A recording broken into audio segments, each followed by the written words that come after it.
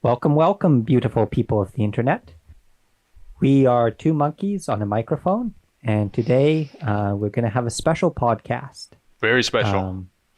Very special. So right now, I'm not in Quebec City anymore. I'm actually in Ottawa, visiting my grandparents. So I'm living a comfy lifestyle off in my grandparents' house. I'm no longer in a prison cell, cooking my own food and making my own bed. It's quite different, to be honest. So, in order to take advantage of this great setting and the great people around me, we were thinking about maybe having my grandpa on to talk a bit about his life, who he is, and also his experience in Vietnam, because he went to Vietnam in 1971, I believe. Yeah. Yeah, so he was there before Ethan was ever born. I think even before your parents were born, Ethan. Yeah. So it's going to be kind of cool to see the differences between then and now. I think it's going to be a great opportunity to ask Jacques' grandpa about his life, and maybe we can know a little bit more about Jacques and his family.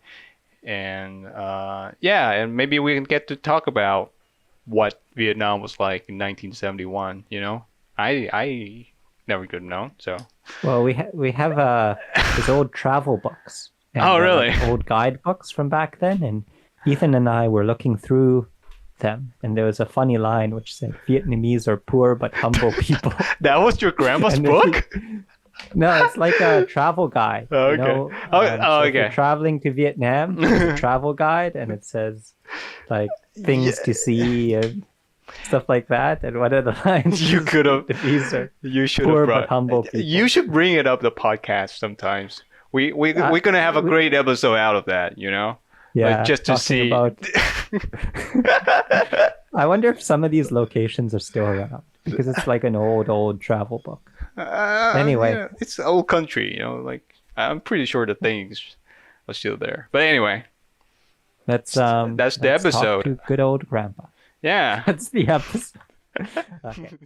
Hello, everyone. I just wanted to say we just cut out a bit of the start of the recording because we brought Mike in for reference. Mike Charrier was a peacekeeper in Vietnam for 1 year, and we had to kind of explain what the podcast was and kind of give an introduction to Ethan, and we didn't think that was kind of needed for you guys, so we cut that out. So we're going to start at the portion where we're talking about the hearing aids and Vietnam.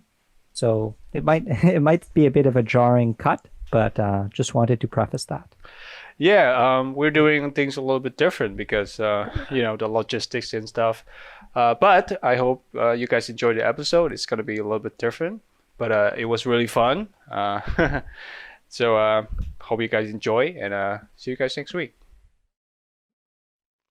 You should have seen me in the cafeteria with my pink microphone, my dock, and all the rest of it in the middle of the night talking. The determination. Yeah, well, I told you that the one thing we have with our podcast is that we know that it's going to be around for a while. Oh yeah, definitely. Mm-hmm. So how's the weather in Ottawa? Like, how's Ottawa? Like, I'm Ottawa's, guessing it's like Regina, but it's greener. There's more trees. How can you be hillier? How can you be greener? And there's more animals. More animals. Even more animals than Regina. Because, I was walking around the campus, and all I saw was, rabbits, and maybe a deer, and Canadian goose. All over the place. Yeah. Welcome to Canada. And now you're saying... Well, you saw on Quebec campus, I was, touching those groundhogs. Oh, yeah. Oh, those are groundhogs. I thought those were... Marmots? No, what's the beavers? Word? Yeah, beavers. Yeah. No, I think beavers aren't as tame. Yeah. But greener. Wow. I mean, that's surprising to know. Except Quebec City was greener than this. It was very green because it rains a lot. Oh, okay. Well, what kind of weather are we talking about? Like, is it like Vancouver where it rains a lot and but like the weather isn't really cold compared to the rest of the country or Oh, Hello. hi. How are you? Can Very you hear okay? Yeah. Your name is? Ethan. Yes. Hi. His name's Ethan. Okay. Like, This Sit a little closer. the sound's not great, Ethan. So oh, really? we're just gonna try and No. bump up the volume just a bit. Okay. Okay. The other thing I can do is put on my hearing aids, eh? Hmm. Makes it a lot easier. I'm going to put on my hearing aids. Okay. Sure, yeah. Put on. It only takes a moment. Yep. Take your time. It's even hard for me to hear, to be honest. Really? Oh, I can Try to crank it bump up. Yeah, I've just cranked it up a little bit more, but You know, in Discord, there's this user volume. You can crank mine up. Right click on my camera. You know, you see my camera? Right click on it. And oh, your volume's to the max. Oh. So I try well, to. we'll just try and make do. Okay, I'll try to talk louder. Yeah. But like, I don't want to make this like an interview. You know, just. No, it won't be any. I Yeah. won't be here very long, okay? Okay, sir.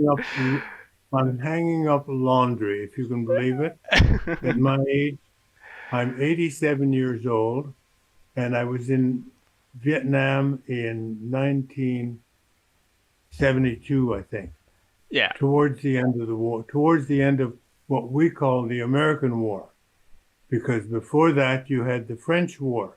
You can hear me all right? Yeah, it's very well, sir. Don't worry about it. Yeah. Okay.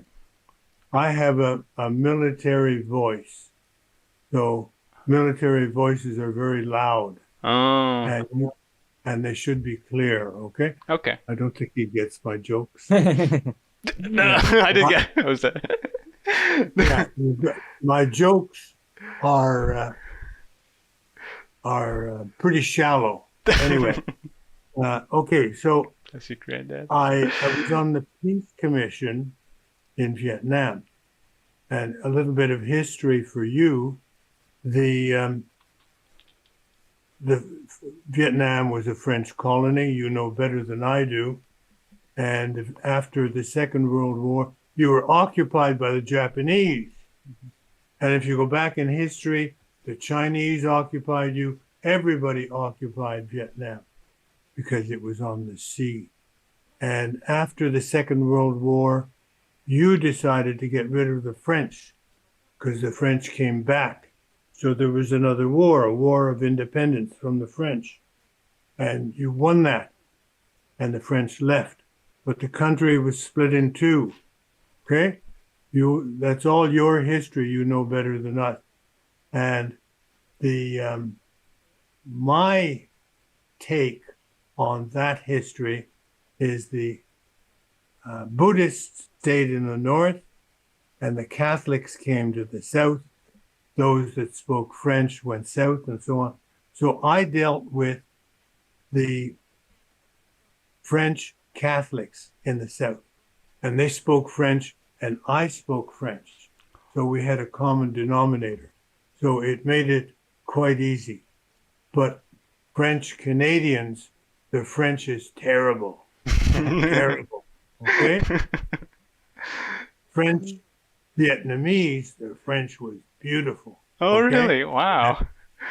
Just like the girls. The girls were beautiful, and I always picture the girl on a bicycle in those days, Yeah. with an eye, a student in a white dress with black trousers, and she would pin with clothespins. She would pinch the front of the dress on the bicycle, on the handlebars of the bicycle, and they would float. And she would sit on the back part and they would float. Beautiful, beautiful girls, okay? The boys weren't so beautiful, but the girls were very, very beautiful. So I lived in Saigon, and I was part of the Peace Commission after the French War, okay? But that Peace Commission lasted right until there were three members. I don't know if you know this history. Canadians, Indians, and Poles. And this was in 1954. I was there in 71, 72, and that commission kept on until they were afraid to dismantle it, because if you stopped it, they would say, the Canadians are warmongers. They don't want peace. They want the war to continue. Okay. And so we went right through the American War as well. And eventually, at the end of the American War, they came home and formed another peace commission, which helped in your time.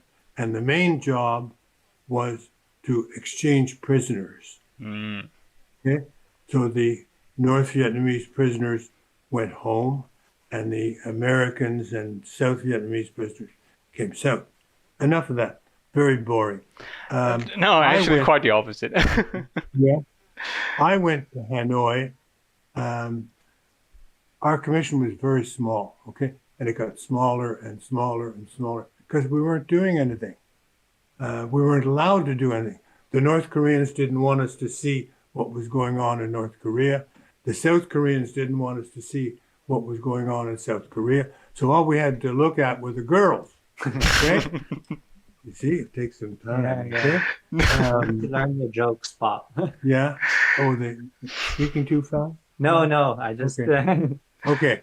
So I was a major in the army, in the tanks, but in the Peace Commission, you're just an officer. Okay.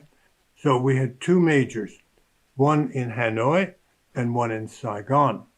The guy in Saigon was having a lot of fun. The guy in Hanoi, everything was restricted. He couldn't do anything, right. you know? Yeah. And there were embassies in Saigon. So they hung around together because they were all restricted. And the French embassy, of course, the biggest embassy, because it used to be a French colony, the biggest embassy was the French one, and they had a tennis court. Oh, boy. Mm-hmm. So now we had something to do. So all the embassies played tennis. And the Canadians got free booze. You know what booze is? I do. Yeah. So we would bring in booze. So the French were popular because of tennis, but the Canadians were popular because of booze. Okay, so we would have parties, and all the embassy people were invited. But now, don't get offended when I talk about good guys, bad guys, communists, and non-communists. Okay, but the North was communist. Okay, they were bad guys, and the Polish, you might forget, they were communists. They were bad guys too. So they would invite, we would invite them to our parties, and they would drink, but they would listen to what was going on, you know. And we knew they were listening, and they would tell the North Vietnamese what we talked about, because we came from the South, and they didn't. So they thought we had secrets. So we talk about the Vietnamese girls, and we talk about all our travels and all the fun we had. And did we know any Americans? No. We didn't know any Americans. And they would pump us for information, and we knew it went back to Hanoi, to the people in Hanoi. And you're telling me that only the Canadians could get the booze, right, Pop? Yeah, well, we got a lot of booze, yeah. And, you know, in diplomatic circles, it's important to get information. And to get information, you've got to have something that attracts people. And with the French, it was tennis. With us, it was parties.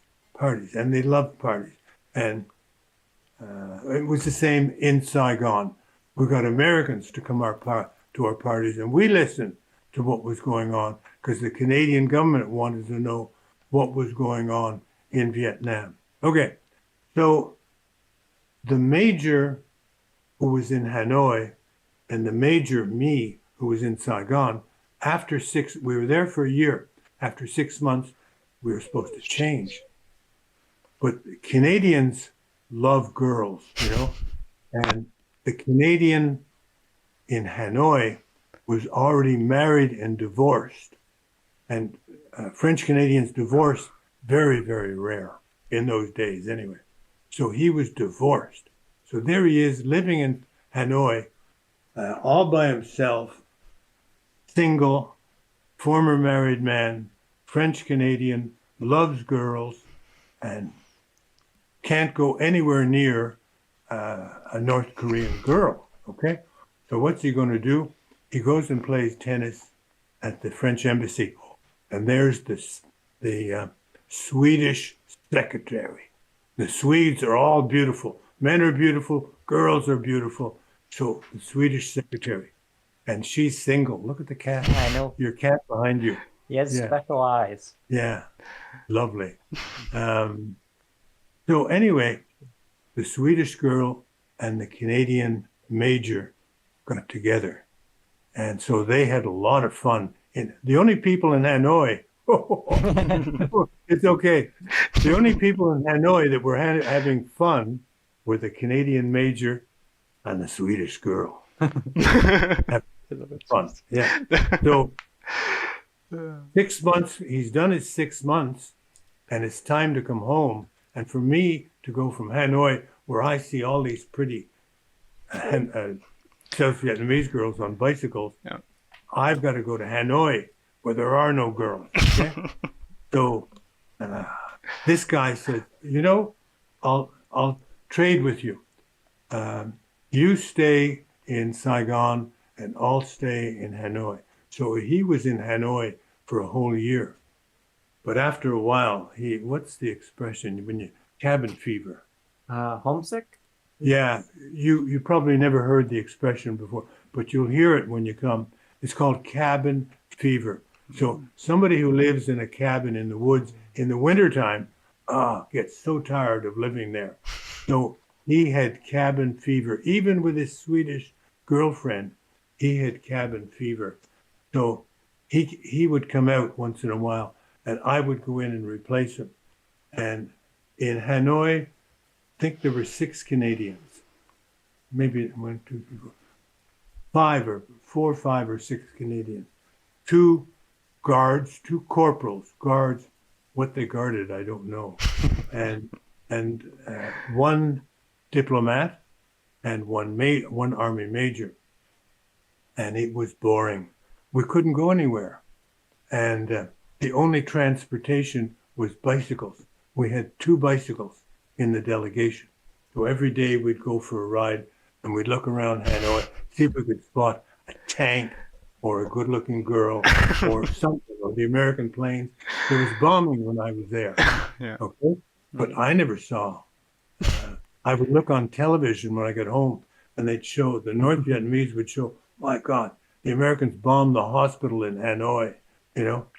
I never saw anything when I was there. Not saying that they didn't do it, because I could hear it, but anyway. So I was in Hanoi 3 times. 3 times. Each time for 1 week, which was a lot for Hanoi. My tennis was not that good. My drinking was not that good. And there were no girls, okay? So I would get on the bicycle every day, bring somebody with me, usually a corporal, and we'd bike around town. That's so. And we'd go to the, I'm trying to cut the story down. I had a lot of American friends because I had gone to school in the States, and the Americans had been drafted in the military, and they were in South Vietnam. They were in Vietnam, okay. So I had friends in South Vietnam. Mm-hmm. So at that time, you won't remember, but at that time, there were so many American casualties that the president said, no more. What was his name? Nixon. Right. Nixon, it was bad press. They were losing the war, too many casualties. So he said, no more casualties. So you had 500,000 American soldiers in Vietnam, and they couldn't go to combat. So they were being bad. They couldn't drink because they weren't allowed, but they could smoke pot, you know? Yeah, yeah. And so they were getting into trouble. So we had a lovely villa in Saigon, And so I would invite them one at a time, but they were in uniform, and they wanted to go on the town to all the clubs, just to the bars, get away from the military. So I got 6 suits made, 6 suits that we wore. This is one of the shirts. And I got 6 different sizes. And when I invited American, I'd say, here, we're going to the clubs, we're going to the bars, put on one of these suits and we'll go in. They would come and they'd stay with me for 2 or 3 days, get away from the war. And we'd go into the clubs and I'd look down and he was dressed just like me, except he had combat boots on, Yeah. and shaved hair like Jack. Jack and I were going to get a haircut today. Oh, yeah, Okay? yeah. He told me about Yeah. it. One thing, Pop, is Yeah. maybe, Ethan, do you have any questions? Oh, yeah, a lot right now. Okay. But How about maybe just a few questions? Yeah. Sure. The first thing I want to ask is, can you tell me what was the role of the Canadians back in the Vietnam War? Because all I learned in history class was that the U.S. has a lot of allies back in the war, and Yeah. those guys, they joined the fight as well, along with the Americans, like the Australians, Yeah. the South Koreans and stuff. And I'm kind of wondering, Thailanders, Korean, yeah, Australian, yeah, New Zealanders. Mm. Yeah. No, Canada, when you say the war, you're wrong. Mm. Okay? Canada did not have any part in the war.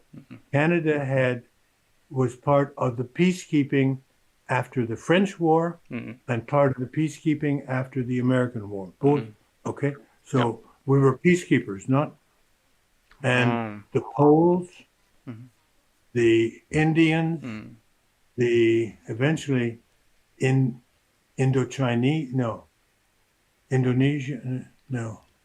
Indonesia. Anyway, a couple of other countries after the American War. So we were peacekeepers. Okay. Second question. So I'm kind of wondering, how would you think about how modern Vietnamese people look at the U.S. and Canada now compared to, in 1970s? Now? Yeah. What do you think? Okay, you've been to Canada, eh? Yeah. We've got a large Vietnamese community in Canada. Well, relatively large. Okay. Okay. So something like, I'm trying to remember, 25,000 or 65,000 Vietnamese. After the end of the American War, things were going really bad in Vietnam, and people were starving and so on and so on. So Canada, with a lot of other countries, agreed to take a certain number of Vietnamese. They were South Vietnamese, just by geography. They had gone to Thailand, they had gone to Malaysia, they had gone to different countries, and they were in camps, and they were starving. They weren't taken care of. So Canada and a lot of other countries said, we will take them.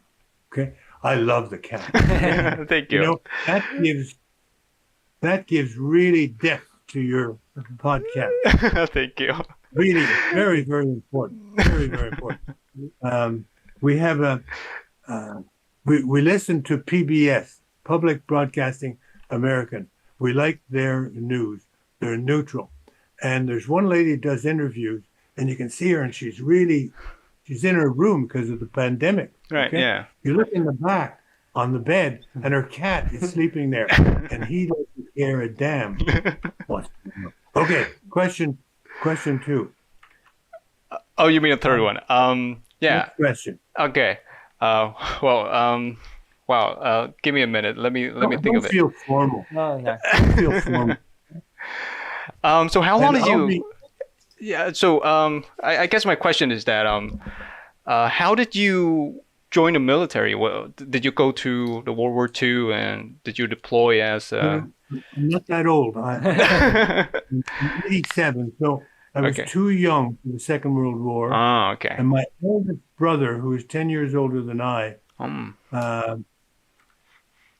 in those, and now, if you're in school, you don't get drafted, okay? Okay. So, and Canada never had the draft. I'm, I'm, I'm broad brushing, okay? Broad brushing. Canada never had the draft. They were always volunteer. Any war, Canada soldiers were volunteers, okay? So I was too young for the Second World War. I was in school for Korea. Mm-hmm. That was the next war for us. Mm-hmm. And in fact, I was too young. Mm-hmm. But I joined the militia. It looked like fun. The regiment in Ottawa, the militia regiment, National Guard reserves. Do you know that? Yeah. Yeah, I do. Yes. Yeah. We have the same thing here. We've always had it. But in Canada, they're called reserves or militia. And it's fun. Okay? Not like other places. It's, go in, shoot guns, drive tanks. So it's fun. So young kids in high school join and they go one night a week and in summer camp, and they actually get paid to go and have fun in the summer, okay? Right. So I was a militia soldier, and I went to university, and after university, I'll cut that story short. Mm-hmm. After university, I joined the military as an officer. Mm-hmm. And I was in the military for 28 years. 28 years. Wow. Yeah, lots and lots of fun. And I traveled all over the world. My wife and I spent 3.5 years in Germany. I spent a year in Vietnam. Every Canadian had to do a year of peacekeeping duties. So normally it was 6 months. 6 months in Pakistan or 6 months in Africa somewhere. But they had to do, in their career, they had to do 1 year of peacekeeping. No Canadians in my time went to war, but after me, Afghanistan. Okay? Right. I was out of the military. Canadians went to Afghanistan to war, and many were killed there, more than 100. Okay. Next question. Okay. So were you married during the time that you spent in Vietnam? Like. Yes. Okay. Another interesting story, which I won't bore you. Please, go ahead. I'm loving this so far. My breakfast is waiting. I'm kidding. So I joined the military. Okay. Okay. Very young, 18, and they sent NATO. You know NATO? Yes, I do. Yes. Yeah. Okay. So 1955 or so, the Russians, the bad guys, the communists, okay? I hope they're not recording me. The bad guys, okay? On the other side of the Berlin Wall are the bad guys. Yeah. On this side are the good guys. Mm-hmm. And there are tens of thousands of bad guys in tanks, okay? So NATO has to do the same thing. So Canada is part of NATO. So all of a sudden, Canada has to have a big army, big air force. We had a huge professional air force, and they were in France.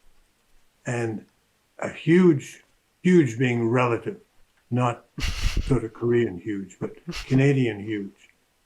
We were in northern Germany, okay?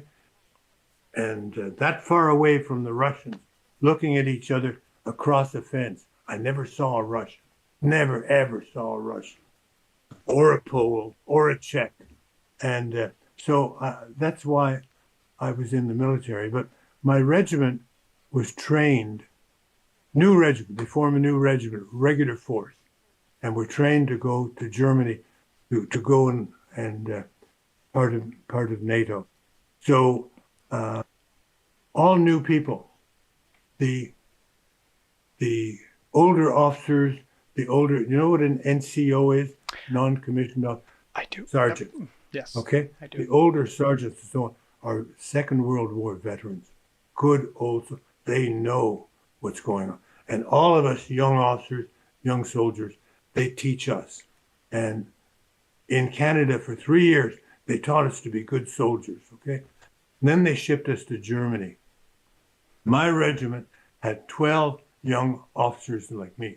Actually, they had about 15 young officers like me. But 12 of us got married before we went to Germany. Germany was like going to the moon or going to Korea, okay? So we decided to get married before we went over. Right. So 12 young officers and their young wives went to Germany. My wife happened to be a student nurse. And several of in those days, a woman had a very limited window for professions, okay? A nurse was one, stenographer was another one, teacher was another, but very, very limited. So my wife was a nurse, and 3 of the other wives in the 12 were nurses. So we lived together in Germany. We lived like kings. We made a good salary, $200 a month, and very good in those days. And we had a car and a new country we had never seen. So we traveled all over Europe. I went to Africa. I went to the Arctic Ocean. I went to Turkey, through Greece. Long stories. He knows them all. And so that's how I ended up married in Germany. And then we all came back and we went to different jobs, married. But I went to the Citadel where Jack, probably, you showed him pictures of the Citadel? Oh, I'm sorry, Quebec City. I haven't shown him any pictures. Okay. So I went to Quebec City because I was French Canadian. And I worked in the Citadel. And did you tell him stories of the Citadel? No. I told him about the animals. Okay. You know in Hanoi, you have a fort, an old fort, which was a prison during the war. Well, we have the same fort in Quebec City, and it's called the Citadel, and yours is called the Citadel, I think. Used to be called the Citadel, but it was built by the French, and ours was built by the French, and I worked there, but in Hanoi, when I was in Hanoi, the American prisoners were in Hanoi. My American friends would say to me, having drank too much, can you walk around the Citadel in Hanoi and throw a note over the wall? But they actually said that, you know? And at one point, they said, when you're biking, okay, can you go to such and such a place and see if there's a mailbox? Don't tell anybody. It's a secret in Hanoi where all the bad guys are. And I was told to go, I was asked to go, and the other Canadians, my boss didn't know because this was wrong to do that in Hanoi at the time. So he told me to go down Street X and go to the end of the street, and was there a mailbox there? Because they had captured a North Vietnamese soldier who had come down the Ho Chi Minh Trail.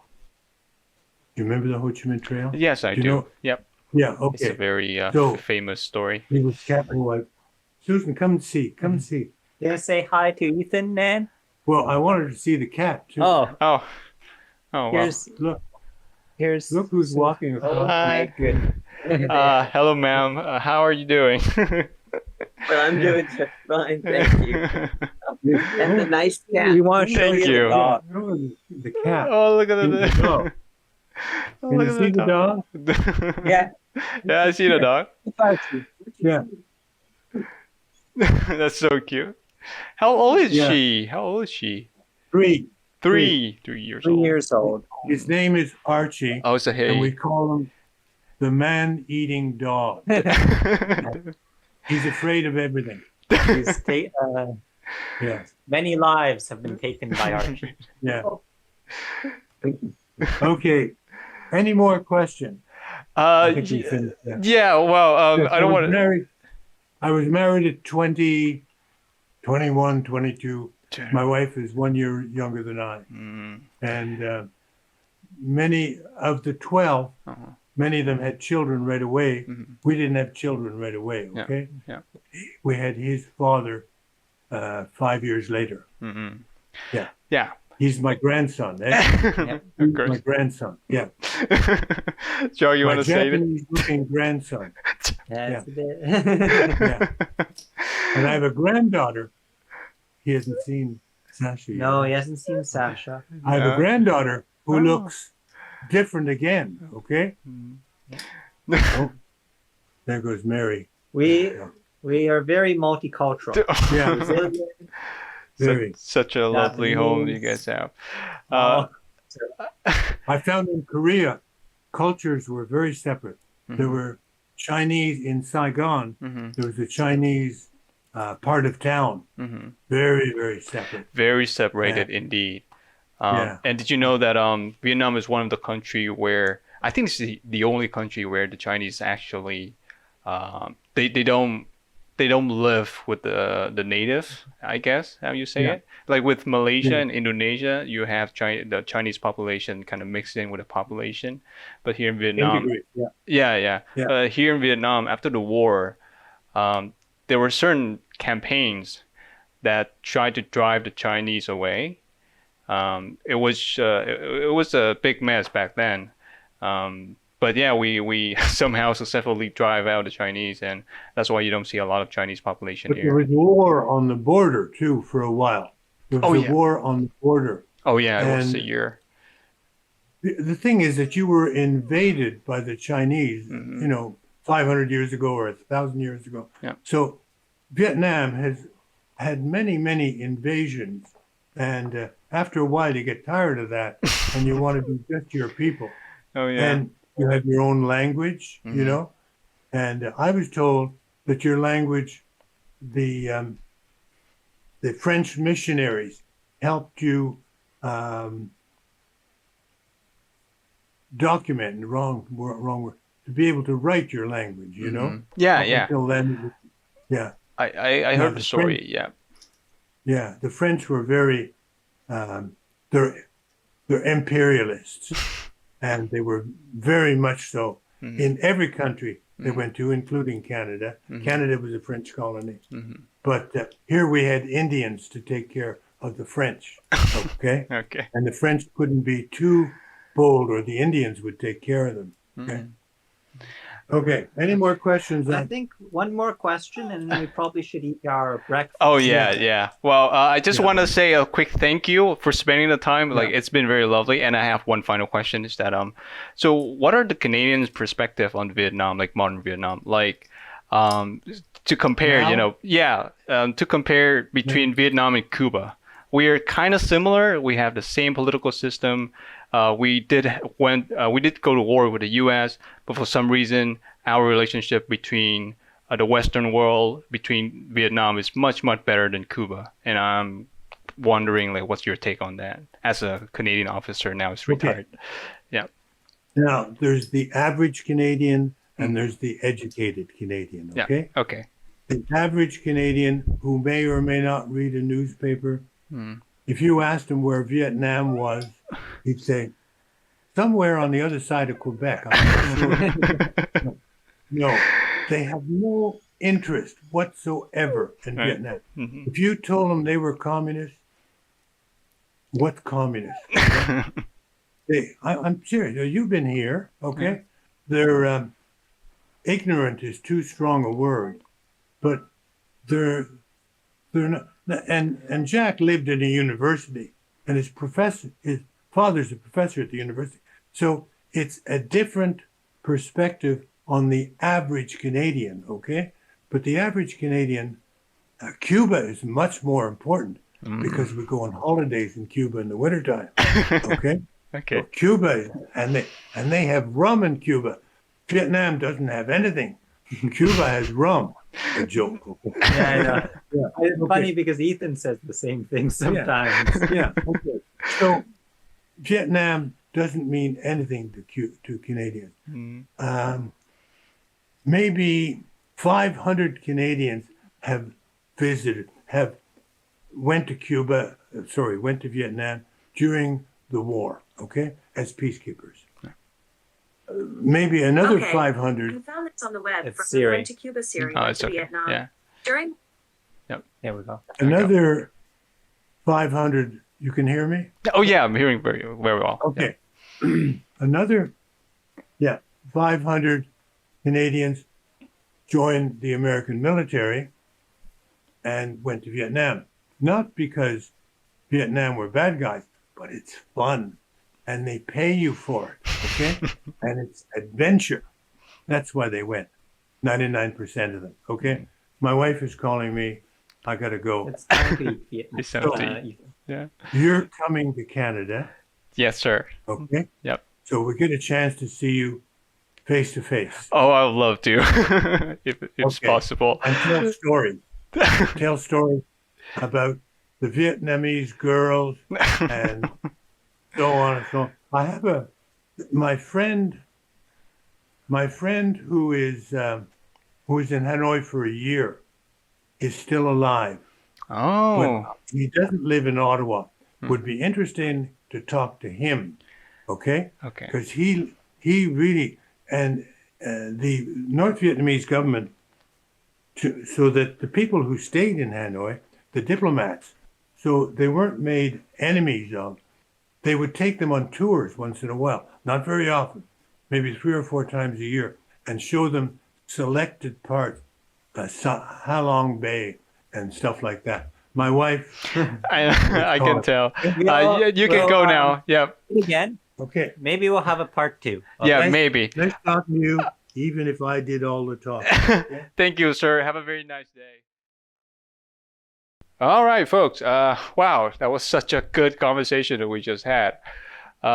This is Ethan a day later because Mike had to go and we didn't have the chance to say goodbye, but I'm doing this transition a day later. So to wrap it up, we talked about a lot of things and mainly about his time spent in Vietnam. And I got to be honest, I like the conversation a lot. I like everything that Mike shared. You know, his personal life, how he met Susan, his wife, and how they got a boy and a girl, and you know, one of those kids, they made Jacques, and Jacques is their grandparent.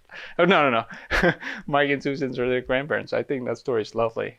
And the other thing that I would like to talk during the conversation, but I didn't have the chance to, is that my grandparents were also in the war as well. My granddad fought for the South, and the thing that, you know, there's a slight chance that Jacques' granddad met my own granddad. It was just, you know, it's fun to think about. You know, like you never know. And this conversation I had with him really brought up a lot of memories that I have of my granddad, and I really liked it. And just want to thank Jacques, you know, for for spending the time and for, you know, having the idea of grabbing his granddad coming along. So yeah, that's all I want to say. I think next episode we're thinking about bringing Susan up, but can't promise. But I think that would be a great episode. We have the story of Mike, who is a peacekeeper in Vietnam, and maybe we can have the next episode about Susan and her life in Germany and how he met Jacques' granddad. So anyway, that's enough rambling. I hope you enjoyed the episode. Jacques, you want to say something? I know you're here. Yeah, I just came in for the ending. Just got on the call. Yeah, we'll see what happens next episode. No promises, but it was a lot of fun. I know this is a bit different from what we usually do, but I thought it might change things up. I think this is like the best episode we ever had. I had so much fun. So, but yeah. Okay. Yeah. See you next week, everyone, and bye. Stay safe out there.